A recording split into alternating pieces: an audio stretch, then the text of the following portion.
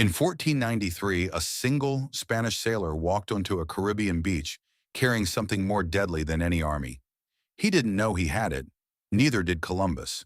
Within 50 years, 99.8% of the people on that island would be dead. Not from warfare, but from a disease so contagious that simply breathing the same air could kill you.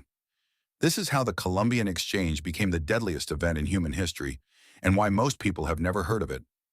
In 1493, Christopher Columbus returned to the Caribbean with 17 ships carrying colonists, supplies, and an invisible weapon. Within 50 years, the indigenous population of Hispaniola would collapse from an estimated 250,000 to fewer than 500, a 9.8% annihilation. This was not a military conquest. It was the first wave of a biological apocalypse that would ultimately kill 80 to 95% of all indigenous peoples across the Americas.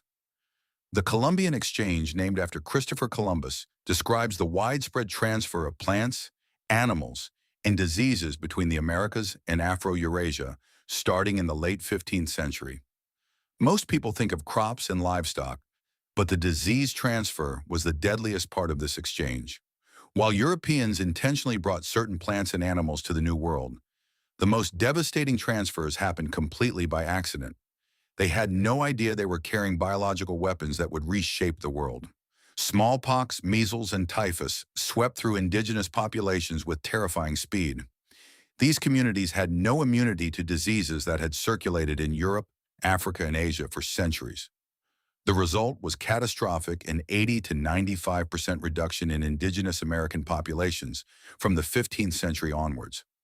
On islands like Hispaniola, where Columbus first made landfall, the indigenous Taino population experienced near-total extinction within just a few decades. Entire villages were found empty, not because of warfare, but because disease had killed everyone inside. Here is the unsettling truth. The land that Europeans claimed as empty was often empty because its previous inhabitants had been killed by disease, not because it was unused wilderness. This challenges the myth of empty land. The 80 to 95% death toll was not an inevitable result of contact.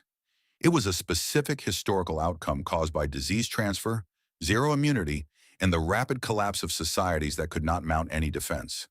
This was not a case of one civilization being weaker than another. It was a case of biological exposure, meeting populations with no resistance whatsoever. The effects of this catastrophe still echo today in ways we are only beginning to understand.